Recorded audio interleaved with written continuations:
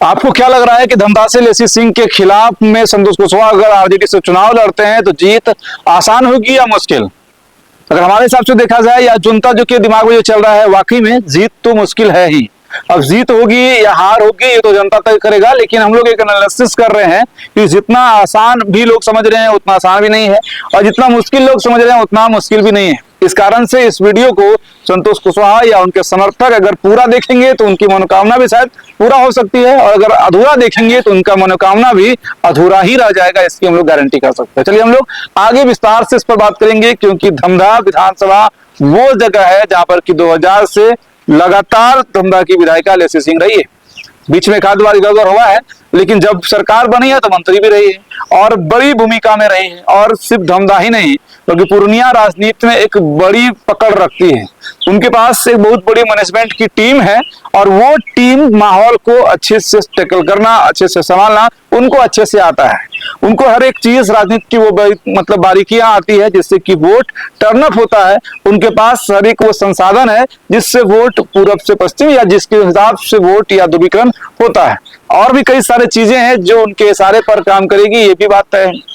अब सबसे बड़ी बात यहाँ पर यह है कि संतोष कुशवाहा को लेकर, क्योंकि देखिए लोकसभा चुनाव जब ये लड़ रहे थे उसमें भी हम लोग इसी तरह से ग्राउंड रिपोर्ट कर रहे थे। ग्राउंड रिपोर्ट के बाद एक आइडिया आता है, अगर आप अपनी काम को ईमानदारी से करते हैं तो आपको सब कुछ क्लियर पता चल जाता है शीशे की तरह। उसी तरह से अभी विधानसभा का चुनाव का समय है और सारे कुछ शीशे की तरह साफ है कि कौन, और हम लोग लगातार कुछ प्रत्याशियों को लेकर, कुछ विधानसभा सीट में उनके राजनीतिक भविष्य क्या हो सकता है उनकी भी चर्चा कर रहे हैं। और खास तौर पर समझिएगा कि वही विधानसभा का क्षेत्र है जहां हमने कवर किया है। अपने मन से अपना हिसाब से कोई डाटा आज तक आशीष मेहता नहीं देता है, और ये भी आज तक की गारंटी है कि जितने भी चुनाव में जितना भी विश्लेषण किया है वो बिल्कुल 100% सटीक होता है।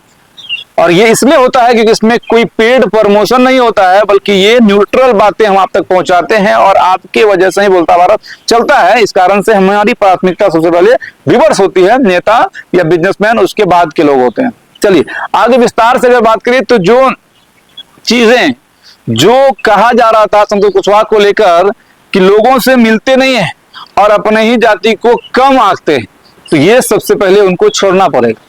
या फिर अब जब टिकट की मात्र घोषणा बाकी है, उनके लोगों को इस बात को लेकर सोचना पड़ेगा कि सबसे पहले, क्योंकि धमधा में अगर निर्णायक वोटर कोई होगा तो वो कुशवाहा समाज ही है, जिस समाज से संतोष कुशवाहा आते हैं। लेकिन कुशवाहा समाज संतोष कुशवाहा के साथ तो हो सकता है, लेकिन आरजेडी के साथ होगा या नहीं होगा, इसी पर गहन मंथन करना है। या विपक्ष यानी कि सत्ता वाले जो लोग हैं वो इसी बात को डालेंगे कि भैया नीतीश कुमार के लिए फेवरेबल हमेशा कुशवाहा रहा है, या कुशवाहा के लिए हमेशा फेवरेबल नीतीश कुमार रहे हैं। और कुशवाहा की अगर किसी से टक्कर हुई है तो यादवों से हुई है, और यादवों की पार्टी राजद है।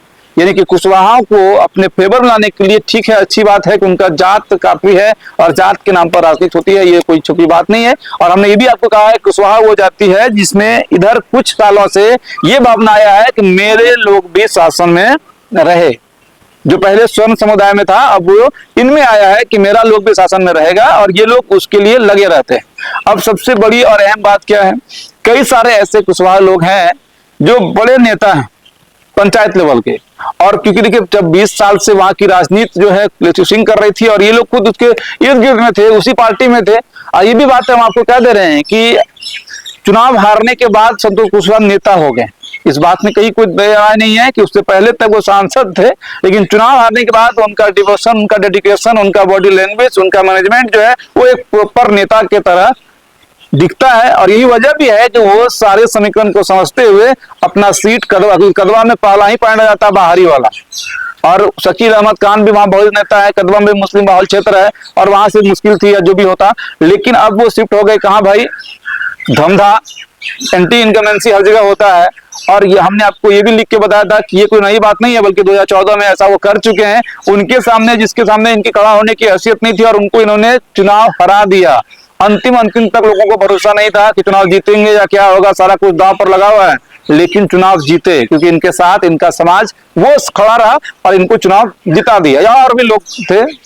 अब हम लोग जो आपको ये कह रहे हैं, जो एनालिसिस ये कह रहा है कि जो 2-3 फैक्टर्स हैं धमधा में, जो गुवासी है जहां पर कि एयरपोर्ट के मामले के लोग नाराज हैं, भले इनमें इनका भी एक नाम आता है, बट अब इनको वहां पर जाकर माफी मांगने की जरूरत है कि चलो जो हो गया छोड़िए, और राजनीति में तो आरोप प्रत्यारोप चलता ही है। ये भी सारा में समझ रहे होंगे कि आपको किधर आरोप क्या कुछ करना है, और वहां के लोग इस बात को बोलते भी हैं। जब आप ग्राउंड पे जाएंगे तो आपको समझ आ जाएगा कि वहां के लोग क्या चाह रहे हैं और वहां के लोग एक्चुअल में किनको दोषी मान रहे हैं। इनको इस बात के दोषी मानते हैं क्योंकि आपने सदन में आवाज नहीं उठाया, लेकिन कुछ और लोग दोषी हैं एयरपोर्ट वाले मामले में कि उन्होंने उत्तर को दक्षिण में शिफ्ट कैसे किया और मुआवजा में क्या खेला हुआ। चलिए, ये चीज हम आपको सिर्फ हिंट कर सकते हैं कि आपको वहां के लोगों से माफी मांगने की सख्त जरूरत है। माहौल वहां से बनेगा आपका या बिगड़ेगा भी। दूसरी चीजें और हैं जो देखिए, कामाख्या स्थान से लेकर चंपानगर पट्टी तक या फिर उधर आप धंधा तक, तो ये सब आंकड़े हम लोग थोड़ा बहुत जितना हम लोग घूम पाए उतना हम लोग बता रहे हैं। यानी कि सबसे बड़ा सवाल यही होगा, सबसे बड़ा चीज भी यही होगा कि जो समाज या जिस समाज का आरोप है कि आप थोड़ा बहुत उससे दूर रहें, आपको उस समाज को लेकर उन्हें आपको फ्रंट लाइन पर पॉलिटिक्स का आश्वासन देकर कि अब हम आ रहे हैं, तब वो शायद रहें तो किधर भी रह सकते हैं। ये भी हम लोग उस पार्टी के लिए भी कह रहे हैं, लेसी सिंह गुट के लिए भी कह रहे हैं कि आपके भी कई लोग होंगे जो रहेंगे आपके साथ, लेकिन शायद फील्डिंग इधर ही करेंगे। तो ये एक बड़ा चीज हो सकता है। इसलिए मैंने कहा कि आपको अपना ईगो को भूलकर उस व्यक्तियों के पास पहुंचना पड़ेगा जो आपके समाज के हैं, आपके लिए खड़े हैं। बाकी हाँ, यादव मुसलमान खड़े हैं आपके साथ, अच्छी बात है। दिलीप यादव ना चुनाव लड़े, ये भी अच्छी बात है। दिलीप यादव को उस दिन ज्वाइनिंग के समय में आपके बड़े नेताओं ने पीछे खड़ा करके रखा। अगर वो इसी तरह से आपके पीछे चलने के लिए तैयार हो जाते हैं, आपके साथ चलने के लिए तैयार हो जाते हैं, वो आपको तय करना है कि दिलीप यादव आपके साथ कैसे खड़े रहेंगे। और अगर लड़ लिए फिर भी ज्यादा वोट उसको नहीं आ पाएगा, क्योंकि हमने आपको कह दिया है कि यादव और मुसलमान सिर्फ तेजस्वी को देख रहे हैं, उसके नीचे और कोई नहीं। और पप्पू यादव जहां तक महागठबंधन में है, लेकिन कितना मदद करेंगे ये बहुत लोगों को पता है। वो महागठबंधन के सिर्फ अंग के ही हिसाब से करेंगे, जो उनके टीम के लोग हैं वो आपके लिए, हमें नहीं लगता है कि उस हिसाब से आपको मदद करेंगे जिस हिसाब से कि और कार्यकर्ता आपका करेंगे। क्योंकि आपको चुनाव तो अपने दम पे ही लड़ना पड़ेगा, क्योंकि उनका मानसिकता अलग है, आपका मानसिकता अलग है। और ये भी बात सबसे अहम है कि एनडीए के नेताओं की मानसिकता, एनडीए के नेताओं का चुनाव प्रचार करने का तरीका या नेतागिरी करने का तरीका एक कॉर्पोरेट लेवल का हो सकता है और होता ही है। क्योंकि एनडीए के वोटर्स नेताओं को अधिक नहीं खोजते हैं, वो सुख सुविधाओं को देखते हैं। लेकिन महागठबंधन के वोटर सुख सुविधा दूर की बात है, पहले वो साथ खोजते हैं।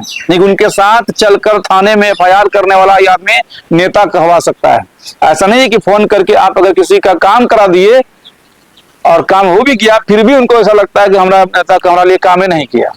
तो कहने का मतलब ये है कि आपको अपने मेहनत या आपके अपने आदमियों को अधिक से अधिक लगाना पड़ेगा। उसके लिए हो सकता है इस दौरान जहां भी जो घटनाएं हो या जो भी थाने पुलिस का मामला हो, उसके साथ खड़ा रहकर उसका स्टैंड लेना पड़ेगा।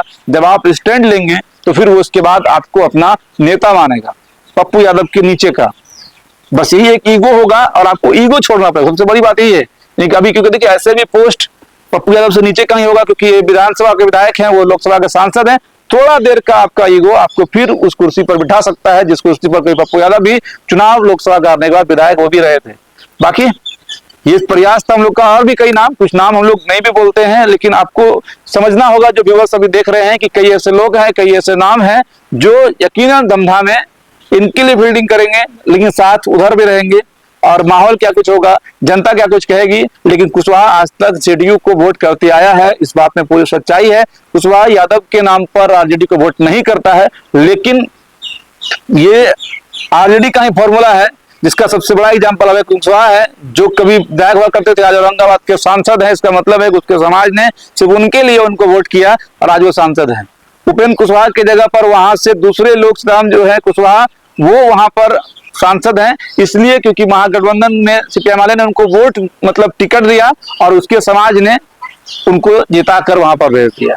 यानी कि ये लोग समझ चुके हैं कि 14% आबादी यादवों की है, 17% अगर मुसलमान है ही हमारे साथ, अगर सिर्फ कुशवाहा आ जाए तो उसके बाद तो फिर सत्ता से हमको कौन हटा सकता है। यानी कि सारा चाबी बिहार के विधानसभा में कुशवाहा की, लोकसभा में भी ऐसा हुआ था। ये प्रयोग राजद ने किया और सफल भी रहा।